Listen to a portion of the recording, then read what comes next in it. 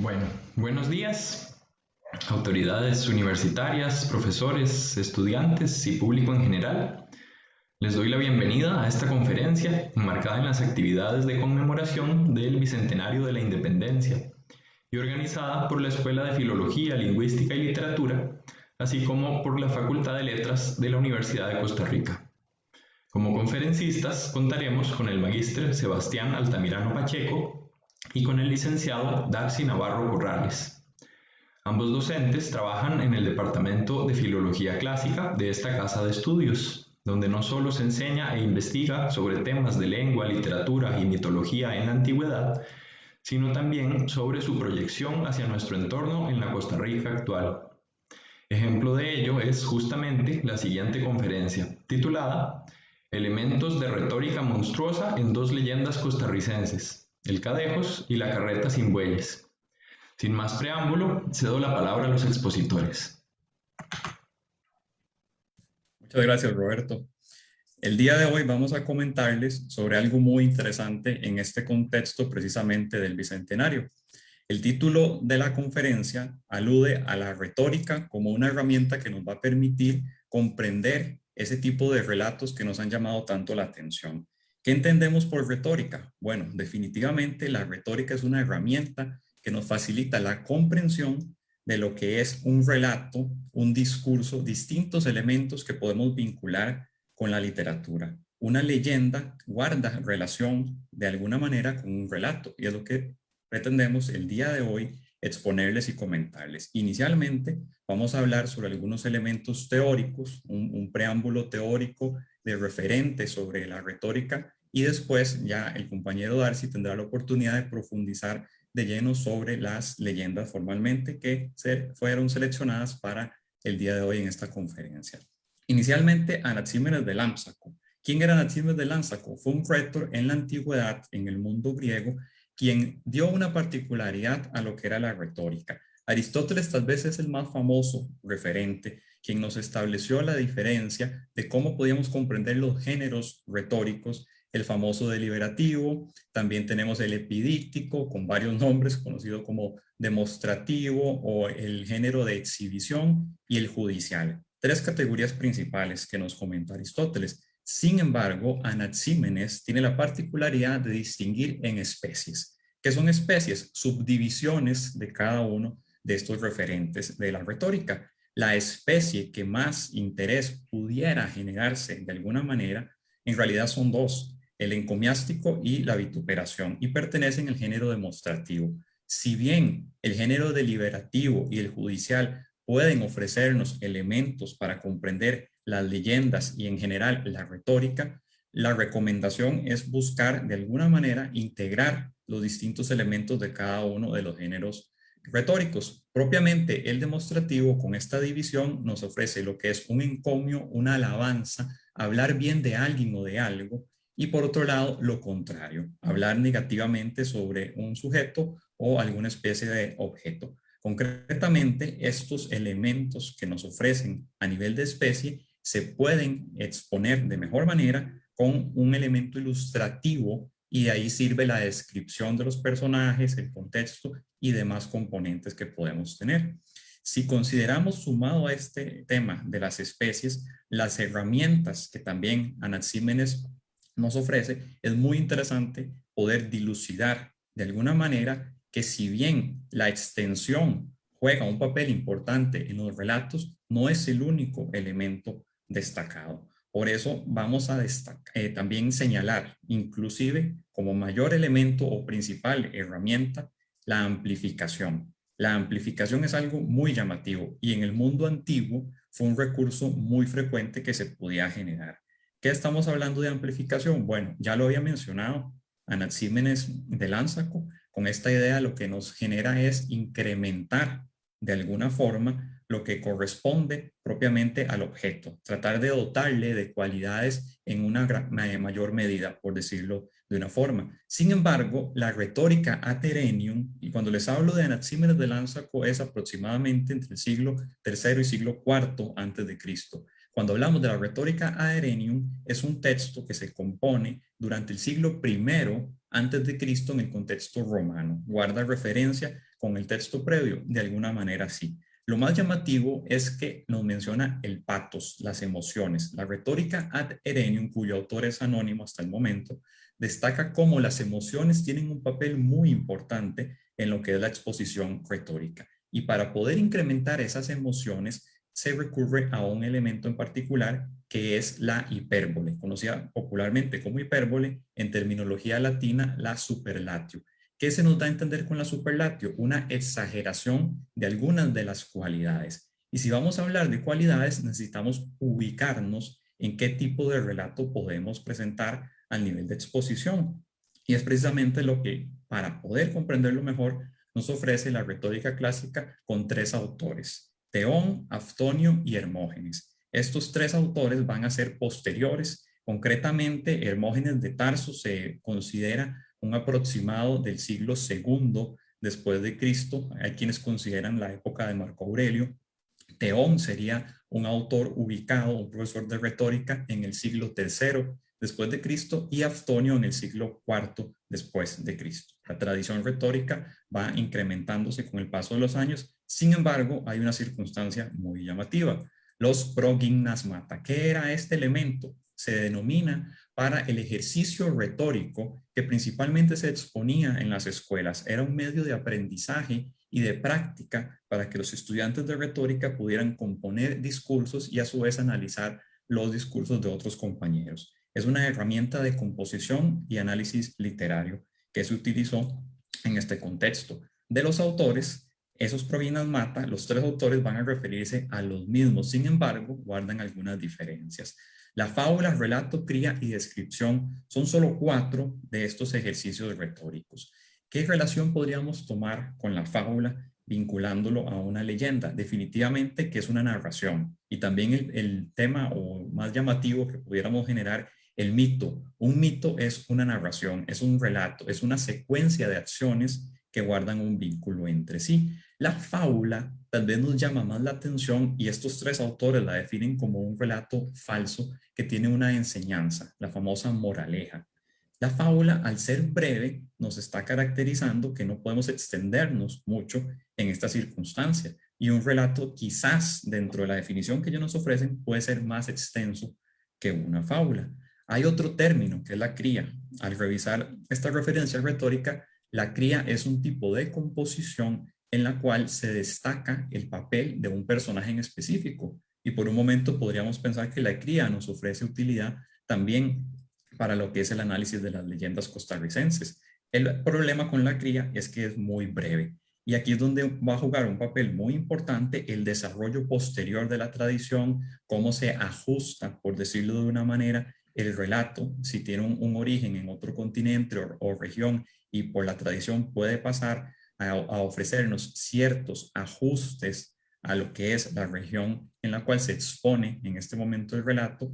La cría de repente puede que ofrezca uno de estos elementos, pero la descripción no podemos dejarla de lado. Si bien la descripción puede ser un relato específico o una variante retórica, también es un elemento que podemos integrar en cualquier tipo de exposición. Y la descripción se enfoca en las cualidades de los personajes o de los objetos, lo cual es muy pertinente a la hora de hablar de una leyenda formalmente. Si tomamos en cuenta estos 4 términos, ejercicios, el relato quizás es el que más nos llama la atención. ¿Por qué? Bueno, Teón nos hablaba que hay 6 elementos en el relato y esos son muy importantes. ¿Cuáles van a ser los 6 elementos que él llama estoigeia, un término griego para referirse a elemento o componente? Bueno, el primero es el personaje. Necesitamos un personaje que nos permita hacer una especie de vínculo en quién está ejecutando las acciones. Y las acciones son necesarias en una narración. Nos permite comprender qué es lo que está pasando. Y debido a ello, el segundo elemento es el hecho como tal, lo que en griego se denomina pragma. Necesitamos más para poder comprender una narración. Y el tercer elemento es el lugar donde se ubicó ese tipo de acción que realizó el sujeto. Y el cuarto elemento es el tiempo. ¿Cuánto fue la duración? Si fue en la mañana, si fue a mediodía, si fue en la noche, todas estas circunstancias van a influir. Hay un quinto elemento que es el modo, la manera como se va a presentar. Y el último elemento que nos habla Teón es la causa, a qué se debe o cuál es la necesidad por la cual el personaje debe actuar de esta manera. Todos estos elementos de Teón se podrían a su vez destacar con una categoría que Hermógenes de Tarso destacaba dentro del relato. Si bien Teón habla de los elementos, es Hermógenes quien nos cita lo siguiente. Hay 4 tipos de relatos. El relato mítico, cuyo protagonismo y ubicación es in illo tempore y algún dios o algún personaje de la mitología.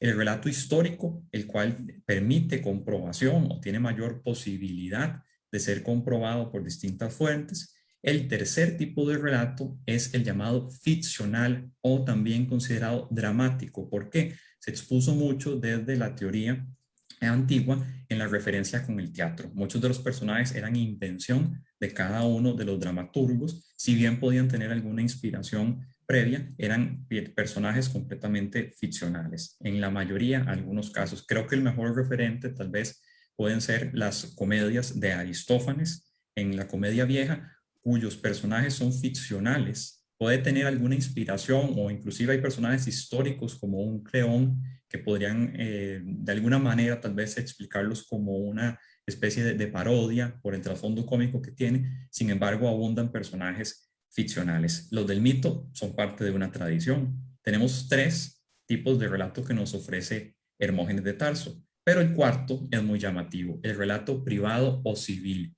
Y creo que este relato es el que nos puede llamar más la atención porque es el que nos permite vincularnos con un tipo de ámbito mucho más concreto de lo que es la región. Involucra personajes no tal vez legendarios en un aspecto mítico, no absolutamente ficcionales, y dentro de las definiciones de relato que estos 3 autores suelen mencionar es un hecho que aconteció o que se admite como acontecido. Uno de los principales elementos también en la narración es la verosimilitud que puede ofrecer el relato. De manera que la retórica nos ofrece estos tipos de componentes para comprender de alguna manera cómo se puede crear un relato. Y cuando hablo de crear hay una palabra clave, la poiesis. La poiesis en el concepto antiguo de la creación. Y le cedo la palabra a Darcy para que nos pueda referir de mejor manera propiamente ya cada uno de estos relatos. Muchísimas gracias, profesor Sebastián, por esta esquematización al respecto del género epidíptico. Y muchísimas gracias también al profesor Roberto por la presentación. Simplemente recordarles a las personas que nos acompañan en este momento que pueden interactuar con nosotros formulando alguna pregunta o alguna duda que tengan a través de los comentarios del Facebook, del decanato de nuestra escuela. Conviene, antes de ingresar en el contexto de las leyendas enmarcadas dentro del género epidíptico, hacer unos prolegómenos, señalar algunas pautas iniciales que nos van a ir dando el camino, nos van a ir abriendo la brecha en relación al estudio amplio que vamos a realizar, más profundo, ¿verdad? En este caso vamos a hacer una mención de cómo opera la retórica monstruosa.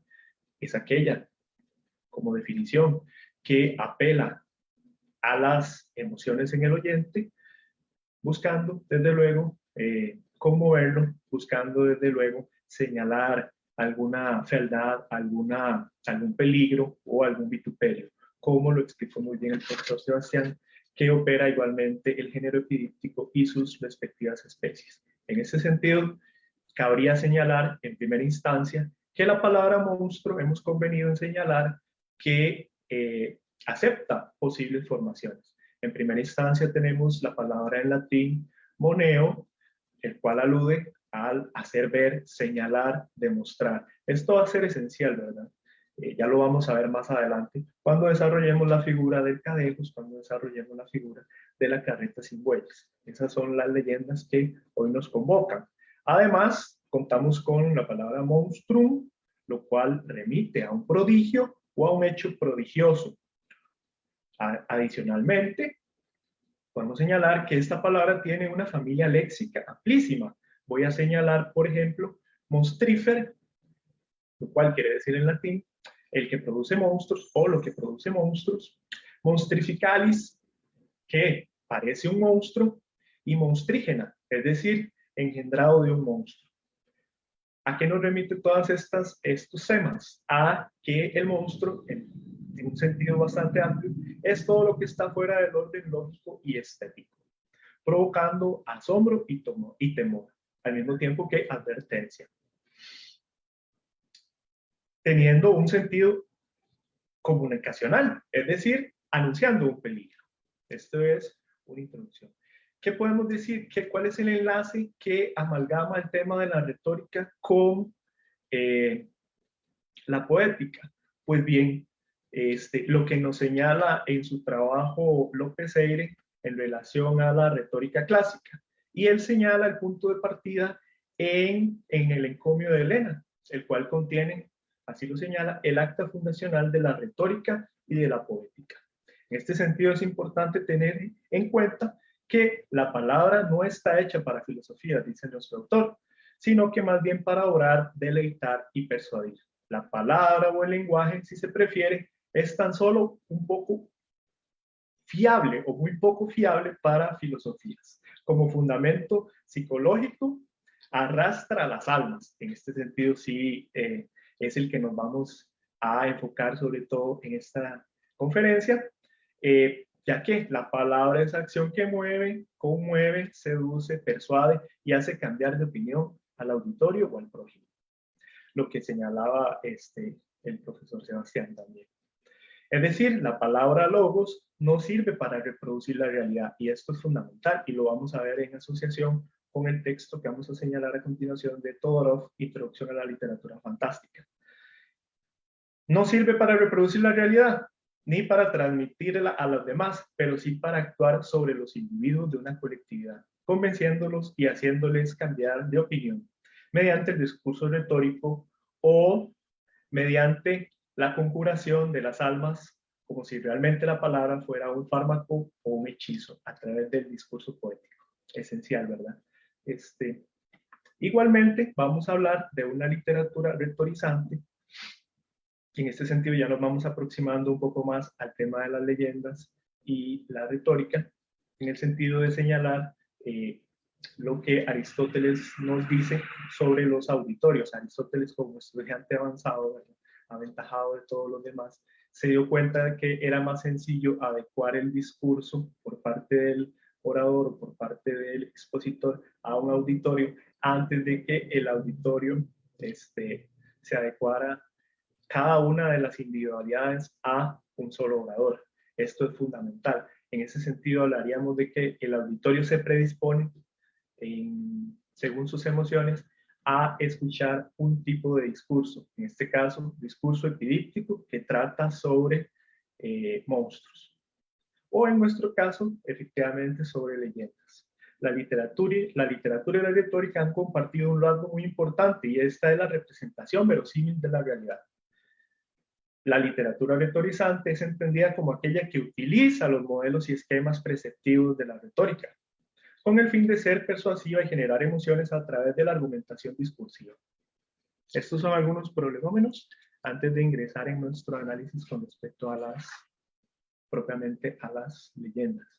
En este sentido, y ahora sí, introduciendo el tema de fondo, podríamos decir, y en palabras del compilador costarricense Elías Celedón, que hace una introducción a las leyendas costarricenses, que estas se enmarcan, al menos el Cabejos y la Carreta sin Bueyes, dentro de la categoría de leyendas de magia. Hay una distinción, hay leyendas de los animales, leyendas de la tierra, leyendas de la religión. Estas son las leyendas de magia, centradas en apariencia, en los espectros. Esto es muy importante. A estos espectros en Costa Rica le van a ser llamados espantos, con el fin didascálico, ¿verdad? Donde van a ser con un fin, como lo dijo el compañero Sebastián, un fin moralizante, un fin educativo, inclusive pedagógico, es decir, didáctico, ¿verdad? Al mismo tiempo, de servir como advertencia a quienes transgreden los límites de la moral y del tiempo. El espanto tiene un origen primigenio, lo señala Elías Celedón, originario de todos los mitos indígenas, esto es en América precolombina, razón por la que se explica su gran difusión a través de toda Latinoamérica. Y es fácil, ¿verdad?, de rastrear, por ejemplo, la leyenda de La Llorona, por ejemplo, en México, ¿verdad? Tenemos un Cadejos también en Chile, en Guatemala. Esto es producto de que hay un sustrato indígena, ¿verdad? Por ejemplo, también teníamos el tema de la Torrevieja, también es bastante extendido. Generalmente la leyenda de espanto describe la condena, la transformación o maldición que recae sobre aquel personaje que osa desafiar a Dios y a sus leyes. Esto es fundamental. En los dos casos que vamos a tratar el día de hoy, se nota, se logra identificar este tipo de condena. Adicionalmente, Elías Celedón señala que con el auge de los estudios mitológicos y religiosos impulsados por el romanticismo del siglo XIX, buena parte de los acervos orales en donde solían habitar los monstruos comenzaron a ponerse por escritos. Así se volvieron literatura, es decir, una literaturización del mito. Esto es fundamental también. Partamos del hecho de que en principio era una transmisión oral la que primaba con respecto a las leyendas. Adicionalmente, es importante señalar este tema de Todorov porque nos va a generar un puente, ¿verdad? Un tránsito entre lo que es la leyenda y la retórica. Todorov coincide con Borges, ¿verdad? Al señalar que el discurso literario no puede ser verdadero o falso, sino que puede ser más válido que con relación a sus propias premisas. Por eso mismo el texto literario participa de una tautología, es significante a sí mismo. El símbolo poético se significa esencialmente a sí mismo, en su relación con el poema. Es decir, la literatura se crea a partir de la literatura. Caeríamos en un error al señalar que la literatura refleja, ¿verdad? Ciertas cosas coyunturales de un momento histórico. Ciertamente está enfrascada o está imbuida en un contexto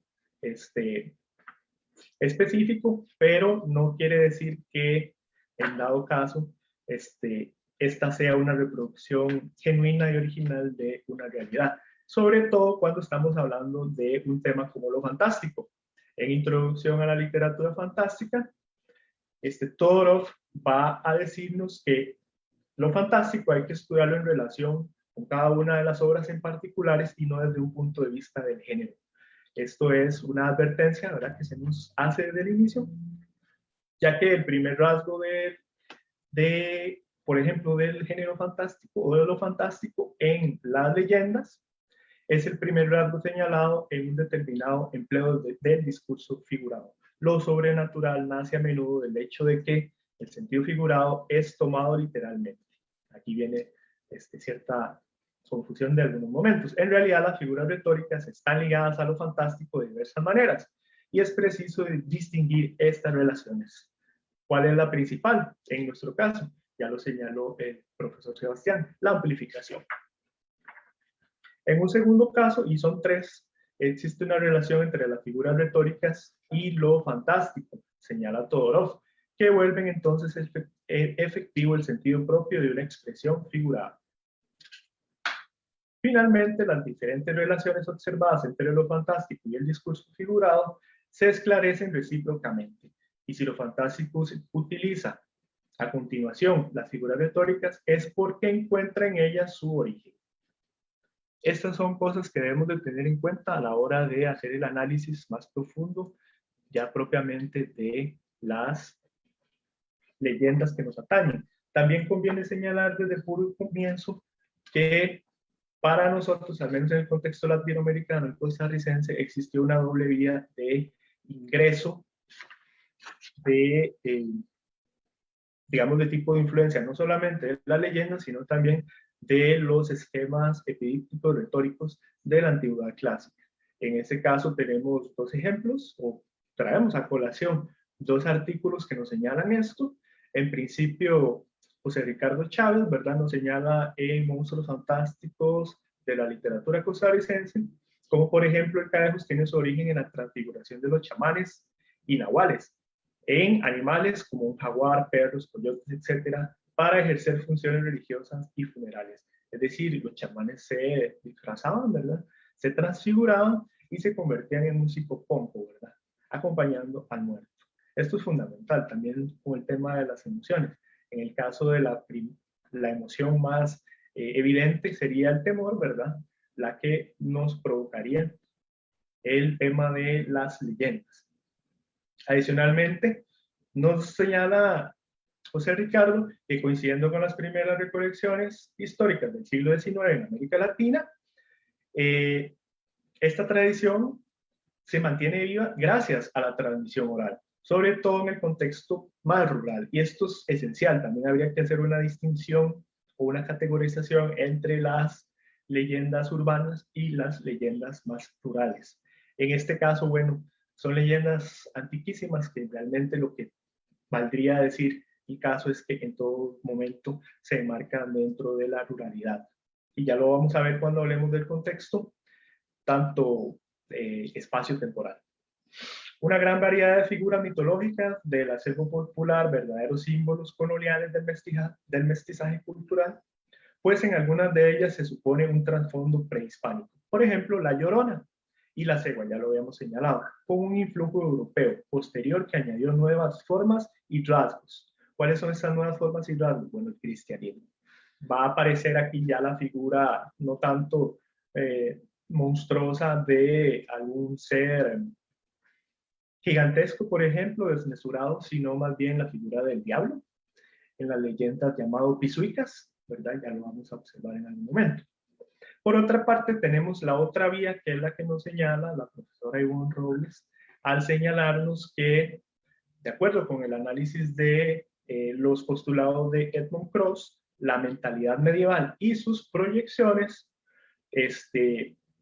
hicieron por antonomasia un híbrido en la figura del monstruo. Y esta iconografía pobló el Nuevo Mundo, ¿verdad? Esta es la otra vía de ingreso hacia Latinoamérica de parte de lo monstruoso y de lo retórico. Los temas de deforme, de exceso, de maravilloso, convocan la forma de un monstruo o de lo satánico. Y aquí ingresa la parte más, como les señalaba, cristianizada. En este contexto, lo híbrido y lo monstruoso se asocian con las otras faunas y las otras religiones en el complejo proceso de conquista y colonización. Ciertamente, coincidimos en estas opiniones. Este es el tránsito que hubo que pasar antes de entrar en materia de las leyendas propiamente. Y en principio, ya lo había señalado el profesor Sebastián, la verosimilitud va a operar como un argumento fundamental para la persuasión y va a ser efectivo porque lo verosímil es todo aquello en lo cual las personas mantienen en su memoria bastantes ejemplos. En este sentido podemos señalar que los exemplum, ¿verdad? Es la figura que nos va a servir en este momento para ilustrar esta situación. Funciona como un argumento y es fácil de dilucidar con cualquier persona que nosotros conversemos y que haya tenido algún encuentro con un perro a la vera del camino, ¿verdad? En una noche o una trasnoche, nos va a dar casi siempre el mismo relato, ¿verdad? Que un perro con cadena lo acompañó hasta su casa y que no sabía qué era aquello. Claro, en un contexto de la transgresión en el momento de ciertas normas, como lo puede ser la ebriedad, como lo puede ser el andar haciendo algún daño por las noches. También el contexto es muy importante, vamos a señalar más adelante el tema de la noche, ¿verdad? Como esta también es propedéutica para que dentro del género epidíptico se desarrolle lo fantástico, se desarrolle lo monstruoso. Es decir, también podemos señalar que Aristóteles nos dice que contemplar imágenes fieles, inclusive de las formas repulsivas, es atractivo, ¿verdad? Todo esto va a conjugarse para lograr el efecto de verosimilitud y para, además, señalar los muchos ejemplos. Otra forma en la cual se manifiesta el exemplum es la gran cantidad de relatos que tenemos sobre un mismo tópico, sobre un mismo tema, ¿verdad? En este caso, el cadejos lo tenemos a lo largo y ancho de la mayoría de países latinoamericanos. Otra de las cosas que interviene en el relato legendario, podríamos decirlo, del Cadejo son los epítetos. Estos funcionan en el campo de la expresión para acentuar el carácter de las cosas. Y ahorita más adelante les voy a leer algunas de las partes de la leyenda propiamente para que entendamos cómo los epítetos también acentúan, explican, ¿verdad? Se conforman de manera adjetiva, amplificativa inclusive, para señalar advertencia, para señalar temor, miedo y demás. En el caso del Cadejo, ¿verdad? Se le señala que es un perro bastante velludo, negro, con pelaje negro, ¿verdad? Con ojos chispeantes, con cadenas y demás. En las figuras tenemos una variable excepcional y bastante curiosa, ¿verdad? Tenemos dos cadejos, uno blanco y uno más oscuro, que se nos muestra sobre todo en Chile y Guatemala, ¿verdad? Uno actúa como si fuera aquella dicotomía entre un ángel bueno y un ángel malo. Cuando el cadejo dañino quiere entrar en acción, el cadejo bueno lo repele, ¿verdad? Esto es interesante dentro de la narrativa del Cadejo. Por último, podríamos señalar del Cadejo que existe la manera de los símbolos, ¿verdad? En las que aporta una fuente inagotable de significados. En este caso, la alegoría queda un poco más de lado. Preferimos encauzarlo a través de los símbolos, ya que tiene un afán esclarecedor. Y las aproximaciones simbólicas ciertamente son más ricas porque, por ejemplo, en el arte se apoyan en las estructuras mentales configuradas, claro está, por los recuerdos de los seres humanos. Entonces creemos que aquí hay una beta aún más amplia, ¿verdad? Que nos ilustran una figura monstruosa. ¿Cuáles? Por ejemplo, del acervo mítico grecolatino, por ejemplo, a través del puente que planteábamos con anterioridad. Bueno, Cancerbero, ¿verdad? Tenemos ahí la imagen, la figura de un perro, diríamos hasta, bueno, del inframundo, un perro peligroso que nos muestra excesos, ¿verdad? Nos muestra hibridación, nos muestra un pelaje oscuro, con una cola larga, serpientes, y que se comporta en cierto sentido hasta como un acompañante de las almas al inframundo. En este caso, la misma función la cumple nuestro Cadejos de esta parte del mundo. Y adicionalmente tenemos a la figura de Licaón, quien es reconocido en la leyenda de Ovidio en sus Metamorfosis como el primer ser humano que se transforma en un hombre lobo. Esta transformación se da producto de un sacrilegio que intenta hacer Licaón con Júpiter una vez que él se muestra escéptico, no lo acepta, ¿verdad? No lo reconoce, y le intenta dar partes desmembradas de un cuerpo de un esclavo que él tenía para probar si realmente Júpiter era un dios o no. Evidentemente Júpiter se entera de esta treta y lo combina a transformarse, a vagar como las bestias. En este sentido, la palabra que ata, ¿verdad? La maldición, también va a jugar un papel importante en nuestras dos leyendas del día de hoy. Quería señalarles con respecto al Cademos, y esto es muy valioso de parte del compilador Elías C. León, ya que nos señala bastantes variables. Entonces tenemos 3 hasta 4 versiones de una misma leyenda, y la cual nos aporta diferentes variables en torno a la forma. Se ha hecho un análisis exhaustivo en el pasado sobre el fondo de las leyendas. Por ahí podríamos recordar a Luis Ferrero, podríamos recordar a Joaquín García Monge, inclusive a Carlos Luis Sáenz, ¿verdad? Señalando a propósito del 9 de septiembre, cómo este tipo de leyendas fue destinada en principio hacia un público infantil. Sin embargo, el mismo Elías Celedón se percata de que en principio él, cuando está recogiendo la mayoría de leyendas, el público meta se transforma y pasa a los adultos, ¿verdad?, más interesados en estos temas, tal vez por el aspecto moralizante y no tanto de fábula, ¿verdad? Y se deja de lado.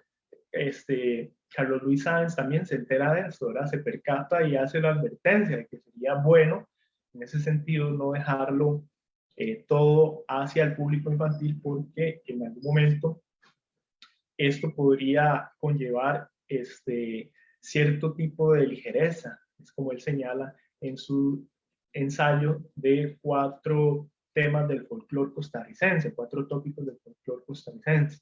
Y él lo rescata, ¿verdad? Y dentro de estos 4 tópicos, él señala el Cabejos y señala la carreta sin bueyes. Bien, en una de las versiones que tenemos de Elías Celedón sobre el Cabejos, me parece fantástico, y voy a leer toda esta primera parte porque básicamente cabría como una mención o como una escripta de la teoría literaria sobre la leyenda. Es tan magnífico la recopilación que se hace que podríamos decir que una leyenda debería de construirse con esto, ¿verdad? Con estos insumos. Y voy a leer textualmente lo que dice la leyenda recogida de la oralidad. Es importante señalar que la mayoría de leyendas se describen en primera persona o como un testigo. En este caso, inicio. Desengáñese usted, desengáñese, insistía el tío. En el fondo de toda tradición reside una regla moral y universal. Y la prueba se desprende de la popularidad que alcanzan. Hay sin duda cuentos mejor forjados y más entretenidos que se olvidan mientras perduran las leyendas mal perseguidas y hasta imprecisas. La causa de este fenómeno es que responden a un dictado que vive en toda conciencia, sea primitiva o sea civilizada. Tan convencido estoy de mi tesis que cierto estoy de que si usted hace circular en Alemania o en Francia nuestra conseja popular del Cadejos, acabará por naturalizarse allí al lado de Caperucita y el lobo. Maldito el principio de moral que evoca este cuenterete, señala un interlocutor. Pues amigo mío, todos sabemos que encarna el respeto filial y la veneración que debemos a las órdenes de nuestros padres. En esto va a radicar ciertamente el quid de nuestra leyenda. Y continúo. Los animales han sido en todo tiempo propicios para supersticiones, sin hablar de los tiempos antiguos en que muchos de ellos merecieron medrosa adoración en pueblos adelantados como el egipcio, ni remontarnos a la serpiente del paraíso que perdimos por ella, ni detenernos en la Edad Media, andada a encontrarnos los diablos en cualquier figura más o menos patuda o repugnante. Claro, tenemos al fisiólogo, ¿verdad?, donde nos habla precisamente de las figuras monstruosas medievales. En nuestros tiempos, en su propia casa, en usted mismo, encontrará quizás demostración de eso. Un graznido de lechuza le da escalofríos al más pintado. Pocos se atreven a matar un gato. Bueno, estas cuestiones de antes. El cuyeo sigue perdiendo caminantes. Las cornejas o tortolitas presagian la muerte, lo mismo que los grillos y las mariposas negras. Los gallos anuncian temblores y cantan a deshora. Ven los perros y aúllan a los demonios. Se dice de un pájaro que guía al león, y aunque ninguno lo ha visto, los chicos juran por el mico malo. Bueno, aquí es toda una teoría literaria, ¿verdad?, de la leyenda, sobre todo de magia, ¿verdad?, de transformaciones y de maldiciones. Esta es una de las versiones que tenemos de Elías Celedón.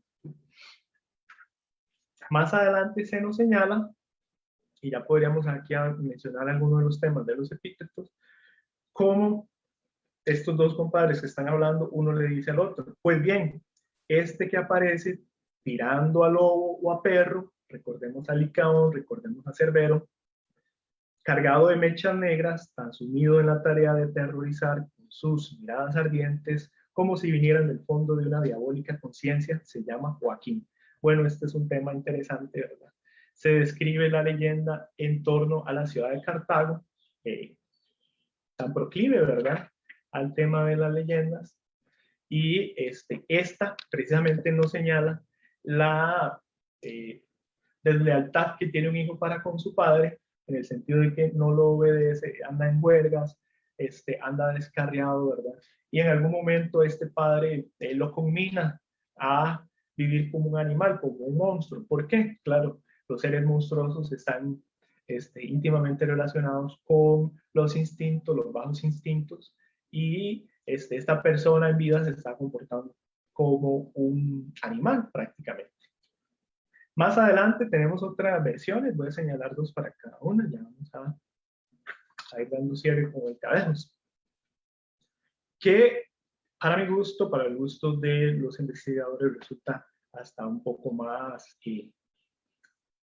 atractiva en el sentido de que existe todo un intertexto bastante interesante que podríamos señalar, y es el que la transformación en un perro con cadena se va a dar en un sacerdote. Esto es interesante. Dice un interlocutor: lo que más temía yo era la aparición real del Cabejos. Personas graves dignas de crédito, y aquí vamos al tema de la verosimilitud y al ejemplo. Hay muchas personas que lo han visto. Dan crédito. Habíanme asegurado de que ese ser misterioso y formidable, estamos hablando de los epítetos, y estamos hablando de lo que dijimos con el tema de la etimología, misterioso y formidable, acompañaba a los viajeros en los caminos desiertos, como guardián, lanzando balidos de oveja a cada instante, señalándole los pies hendidos y mirando al hombre sin cesar con ojuelos como brasas, que lavan la sangre de las venas de cualquiera. Me engañaba ciertamente, dice el padre, está hablando con un perigrés, al decirle que aún él no había recuperado su tranquilidad cuando vio aquel animal, al cual distinguí por un momento a la luz de un relámpago, con su cuerpo de perro y largos pelos lanudos, cola extraordinariamente larga y ancha, brillante de ojos y pies de cabra. Le hablo de este modo. Ahí estamos nuevamente, ¿verdad? Teniendo epítetos, símbolos que nos remiten a Licaón, nos remiten a Cerbero.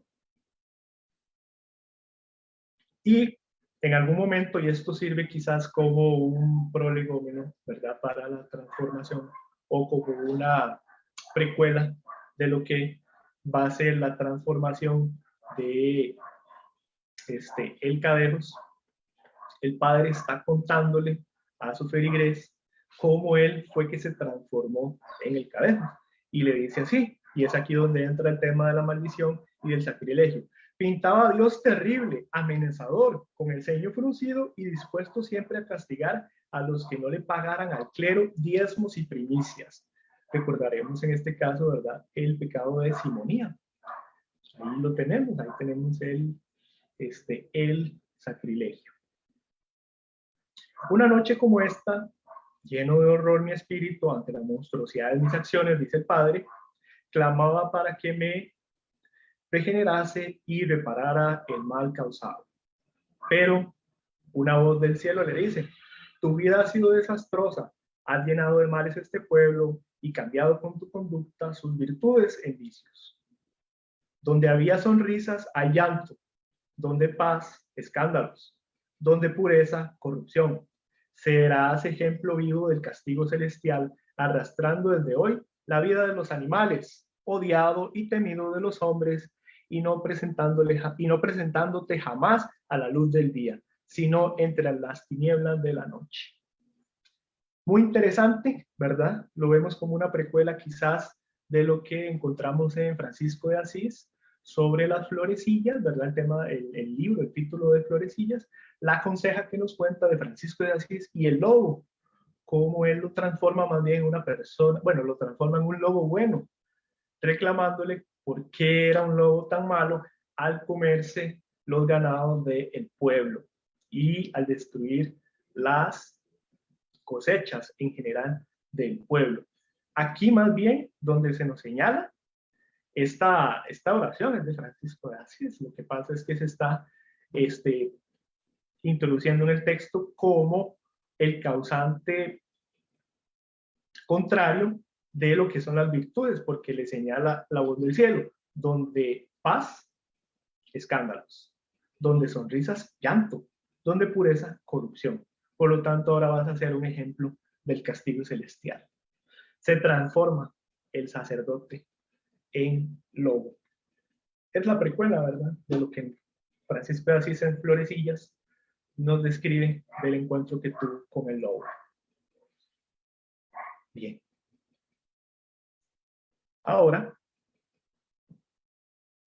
vamos, bueno, esta es parte de la bibliografía que utilizábamos para señalar el tema del ejemplo, ¿verdad? Lo tomamos de Retórica de la Imagen e Imágenes Míticas del profesor Henry Campos. Lo cual nos vino bastante bien, ¿verdad? Nos ayudó bastante en el tema de esclarecer la verosimilitud, los epítetos y sobre todo el símbolo. Ya para ir cerrando este tema, nos vamos a referir al tema de las carretas y muelles, la cual es la segunda de nuestras leyendas, y vamos a desarrollar estos 3 tópicos. El caso del topos es bastante interesante. También voy a leer algunas partes de la recopilación que hace Elías Celedón en 2 de las varias leyendas que existen, las cuales pues resultan bastante propicias para un análisis retórico, para un análisis de la forma. Y en principio, ¿verdad? Hemos hablado en tesis anteriores cómo el topos es un hecho significativo, pero no solamente el topos como lugar, sino también como espacio y tiempo. También lo podríamos señalar. En este caso, el espacio es siempre un lugar extraño, nos señala un autor como Michael Yeltsin en El Jardín de los Monstruos, al decirnos que, por ejemplo, los seres monstruosos habitan siempre en las oquedades de los mundos, en las cuevas, en los lugares alejados, en los lugares despoblados, donde no hay civilización, en lugares recónditos, ¿verdad? Donde más bien las condiciones son difíciles.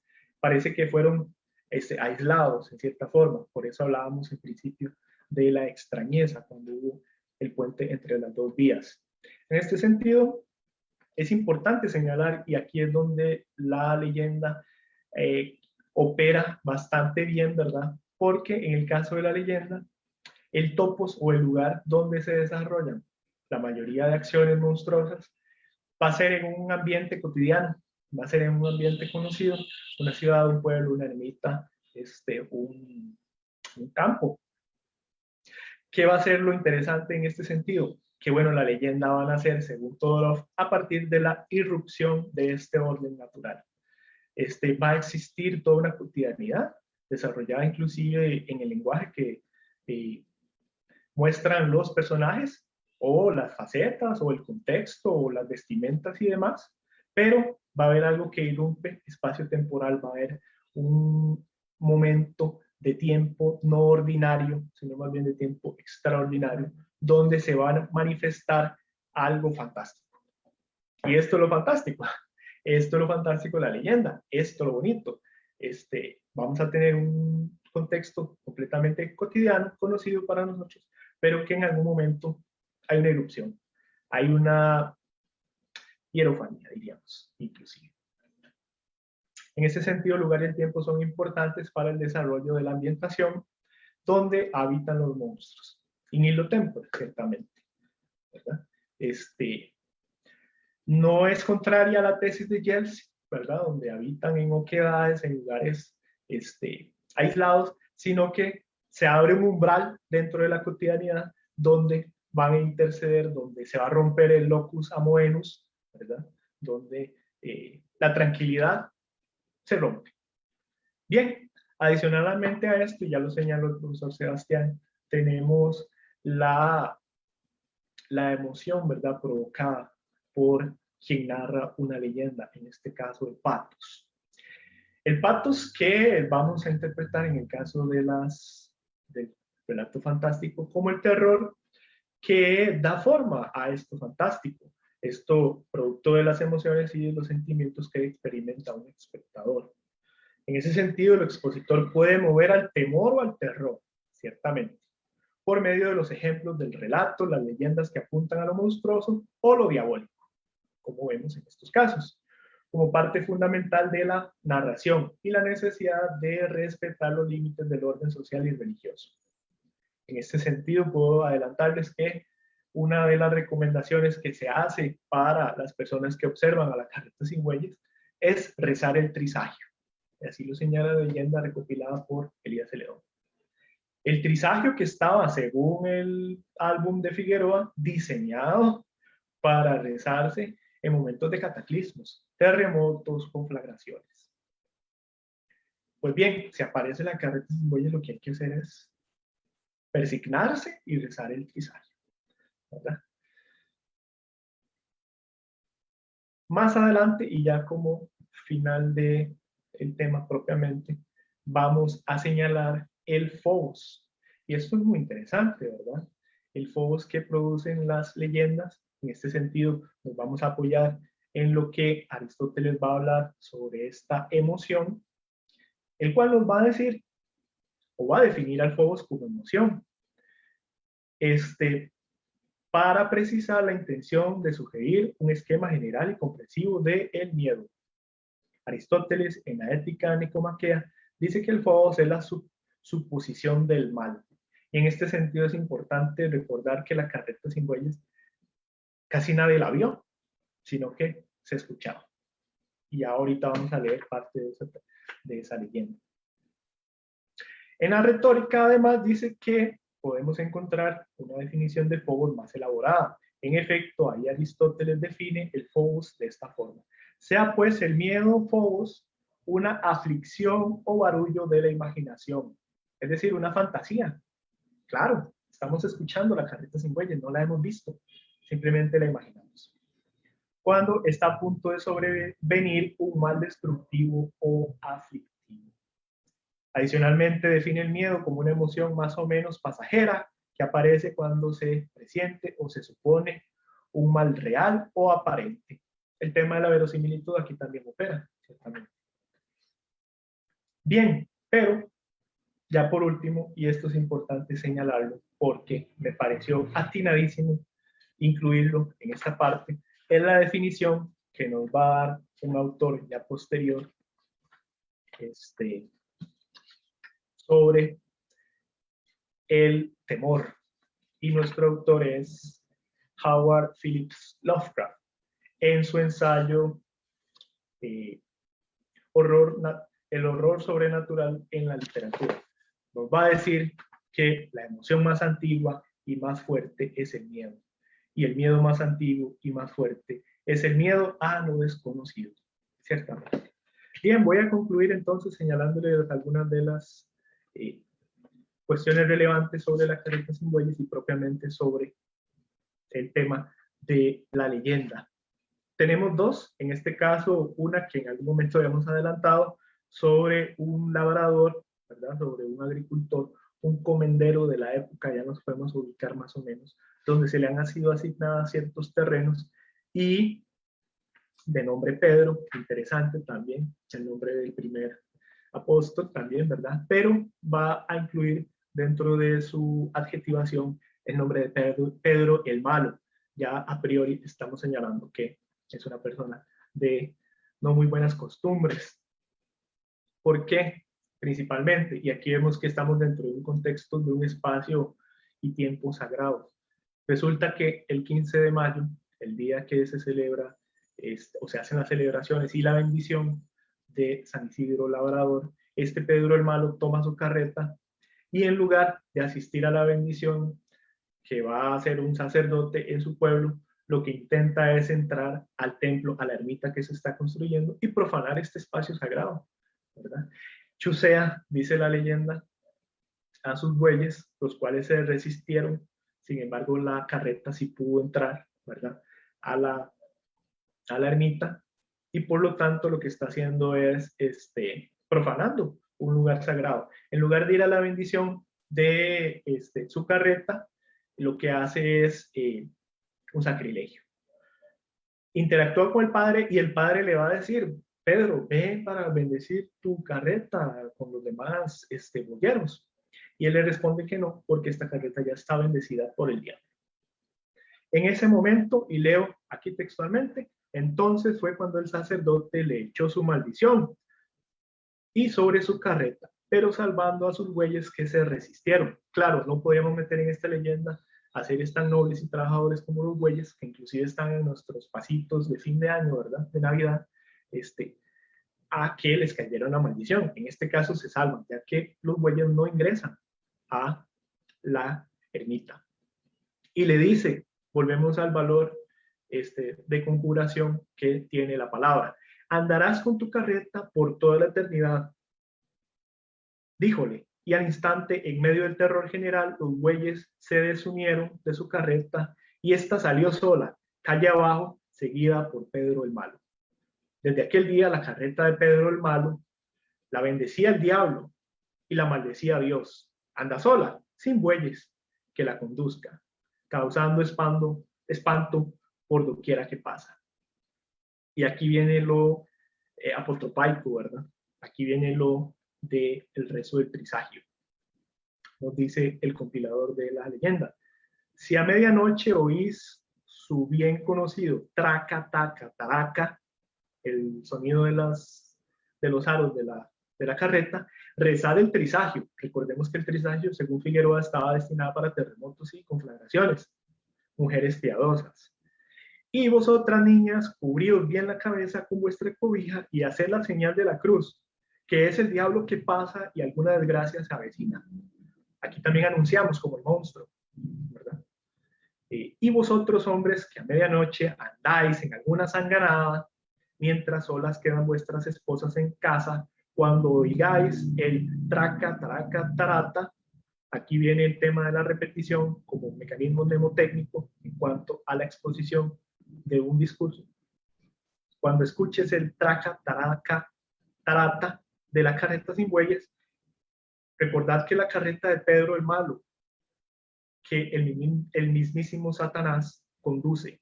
Huid despavoridos, que el diablo anda ya muy cerca de vosotros. Interesantísimo. Y ya con esto voy a finalizar la última de nuestras versiones, acentuadas por el topos, pactos y logos en relación a la carreta sin bueyes. Dice así una de las otras versiones sobre la carreta sin bueyes. Este terrible fantasma sale apenas anochece, y esto es importantísimo. La noche siempre ha sido propedéutica para los monstruos. Recordemos que estamos en una época previa a la iluminación artificial de noche, ¿verdad?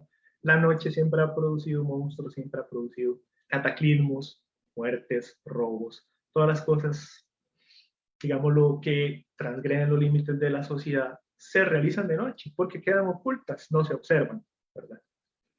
Este terrible fantasma sale apenas anochece a recorrer las calles que le marca su itinerario. Esto es interesante. Puede ser San José, Cartago, Heredia, Alajuela. Haya luna o no, haya mucha o poca gente por las calles, y con una velocidad tan admirable, sus ruedas traqueteando de un modo infernal, se abre paso sin reparar por dónde va, ni a quién atropella, si no se le deja la vía expedita. No se ven sus bueyes que la arrastren, ni tampoco boyero que la dirija, pero adentro va el mismísimo Pisuicas, el diablo, manejándola con tal destreza que ya se la tomaran muchos choferes ilustrados. Dicha carreta recorre ricamente las calles por donde viven amancebados. Estos son hombres que están casados pero tienen amoríos por fuera del matrimonio. Escandalosamente libertinos o ya bien matrimonios que diariamente están como perros y gatos. Así demuestra Tatica Dios su desagrado a estos mortales de mal vivir, para que se corrijan y busquen el buen sendero. Para eso ha sido enviada la carreta sin bueyes a este valle de lágrimas. En cierta ocasión dio en aparecer este hermoso fantasma en las calles de, y vienen 3 puntos suspensivos, es decir, puede aparecer en cualquier parte, produciendo tanto espanto entre los habitantes de aquel lugar que apenas anochecía, nadie se aventuraba a salir de su casa por temor de encontrarse con ella. Bien, ahí hay una cuestión admonitoria, ¿verdad? Hay una cuestión de advertencia, lo mismo que ocurre con los monstruos. Alejémonos de esa situación, ¿verdad? No es conveniente aproximarnos, y si no, bueno, rezar el trisagio, ¿verdad? Persignarse,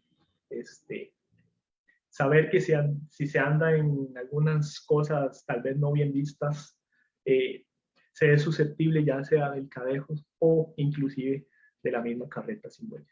Es importante señalar que el análisis sí está encauzado más que todo a el tema discursivo, más que todo a la exposición, en virtud de que la leyenda tenía un carácter de oralidad, lo que hizo posible su enriquecimiento dados los diferentes contextos.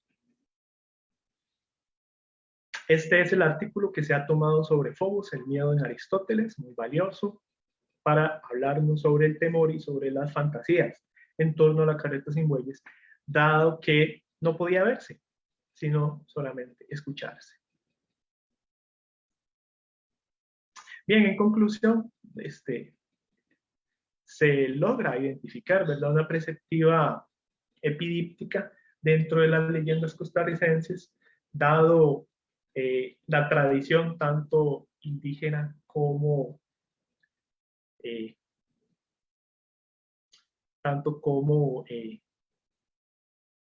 colonial, donde toma aspectos diversos, ¿verdad? Donde se incluyen diferentes elementos que van a aportar a la discursividad y pues a la sobrevivencia, ¿verdad?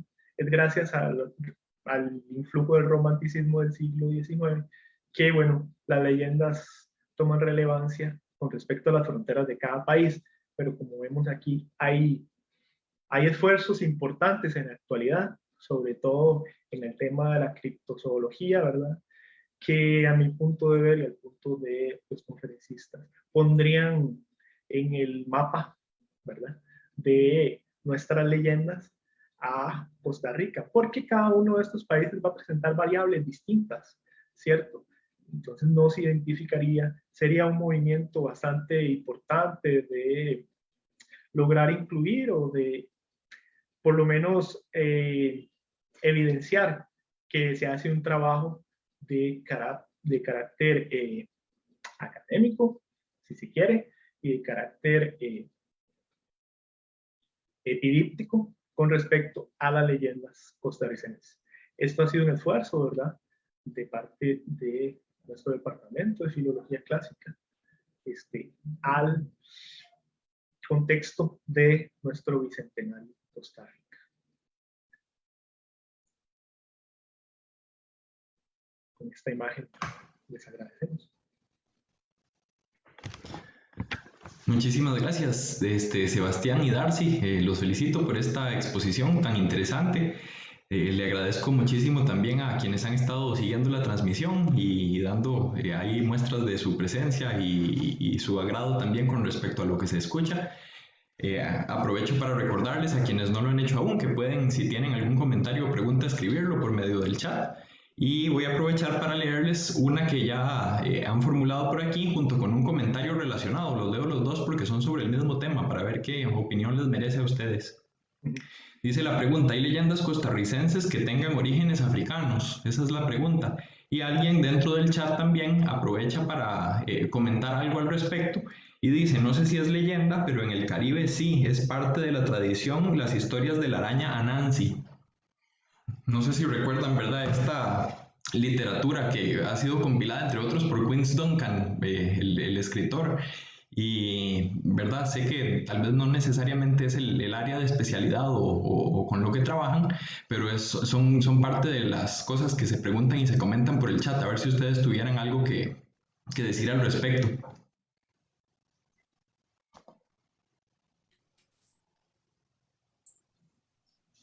Bueno, de mi parte, inicialmente me parece que es llamativo este elemento regional.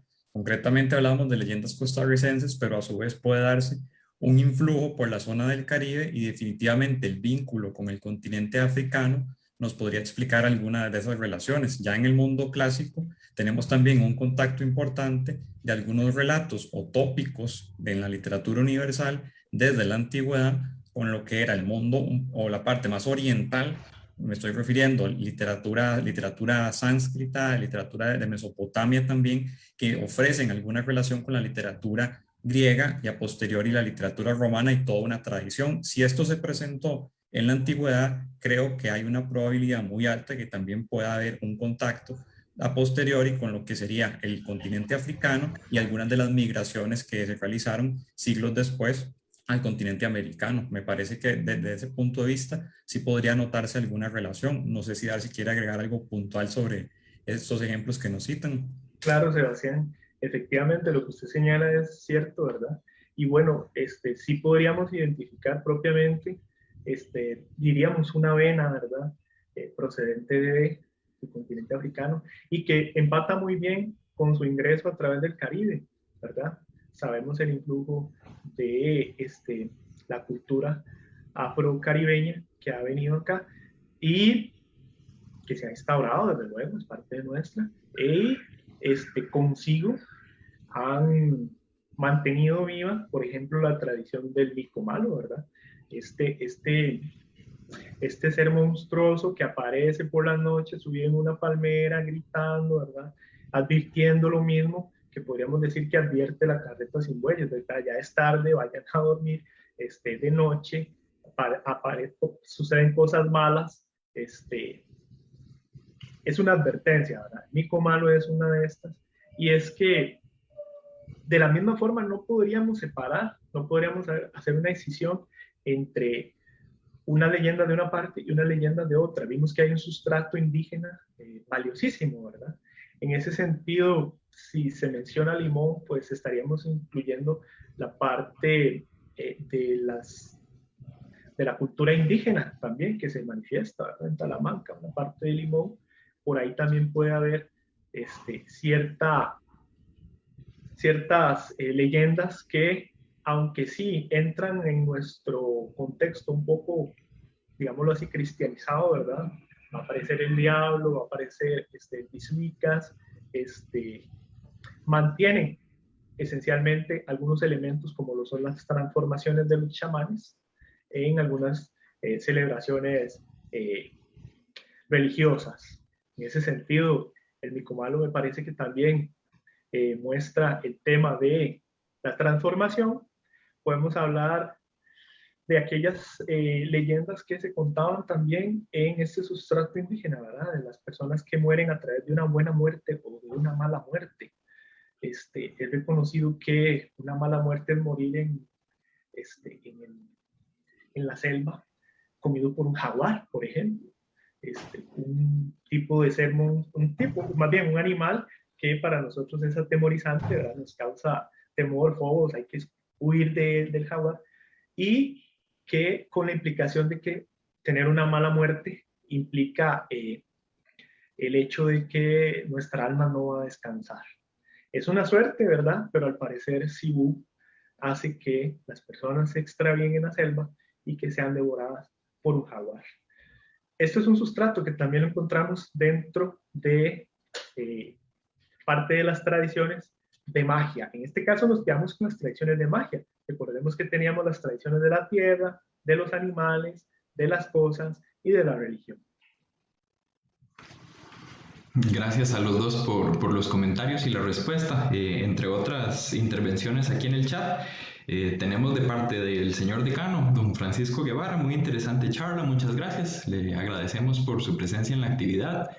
Tenemos también otras felicitaciones, muchas gracias por la charla, muy interesante charla, muchas gracias. Una más puntual dice, es muy interesante cómo a pesar de que son leyendas propias de cada país, siempre se mantienen ejes en común como el miedo, la noche y características del romanticismo. Otra más dice, bueno, más que preguntar, yo agradezco la dedicación de estos profesores por brindarnos un bicentenario de esta manera tan bonita y como siempre llena de información constructiva para nosotros los estudiantes. No sé si tienen tal vez algún comentario adicional con respecto a ese tema del romanticismo, ¿verdad? Que es como el más puntual de estos últimos que acabo de leer. Sí, claro. Sebastián, tal vez usted recuerde el tema de cómo en el romanticismo es donde se empiezan a fraguar las historias de las religiones, ¿verdad? Entonces se empieza a aparecer en el mapa no solamente los mitos descritos, sino que adicionalmente estos mitos van a ser el sustrato posterior de leyendas. Ok, ya tenemos el mito registrado, sacado del mismo contexto, sacado de contextos diversos, y esto es muy importante lo que se señala en uno de los comentarios. Existen similitudes en Latinoamérica porque existe un sustrato común indígena. y lo hemos señalado con lo que señalaba la profesora Ivonne Robles y lo que señalaba Chávez también. En ese sentido, al haber ya una descripción más teórica, más sistematizada de las religiones y de los mitos, es que podemos pues extender todavía más el tema discursivo. Sebastián. En efecto, y definitivamente el aporte retórico es lo que nos permite ajustar, acomodar, por decirlo de otra manera, el texto, el relato, esa tradición, ese topos entendido como un tema universal, recurrente, que a veces, ocasionalmente, lo podemos asociar o vincular con un autor, como es el caso de un Horacio y el famoso Carpe Diem, pero no siempre podemos vincularlo con un autor específico, sino es una tradición más popular. Y definitivamente con el paso de nuevos movimientos, nuevos enfoques, acercamientos literarios, nos da la posibilidad de crear variables, pero esas variables siempre deben guardar un núcleo que nos permite rastrear como tal cuál fue el origen del relato o inclusive un efecto pragmático de qué es lo que quería despertar en su momento y cómo quiere despertarlo nuevamente, porque cada vez que estamos relatando alguno de estos episodios de nuestra tradición, los traemos nuevamente a colación y volvemos a vivir, por decirlo así, este tipo de experiencias y los sentimientos. Y por ahí viene el efecto de la literatura, de ser atractivo, un delectare, enseñarnos también docere y movere, que es las pasiones que de alguna manera evocan esas emociones distintas que como seres humanos podemos identificarnos con ellas y experimentarlas de lleno. Muchas gracias. Un comentario nada más llegó. Gracias, profes. Pienso que en general ha quedado satisfecho el público que asistió a la actividad. Yo les reitero mi agradecimiento. Enfatizo mucho un aspecto de esta última intervención que han hecho ustedes dos y es la capacidad que existe a nivel de esta área del conocimiento y de enseñanza en nuestra facultad, como son los estudios sobre el mundo antiguo, de valernos de temas y motivos casi diríamos que universales para proyectarlo hacia su vigencia y cotidianidad que tenemos ahorita. Elementos teóricos y metodológicos como lo es la retórica, elementos más prácticos y más discursivos como lo son los mitos.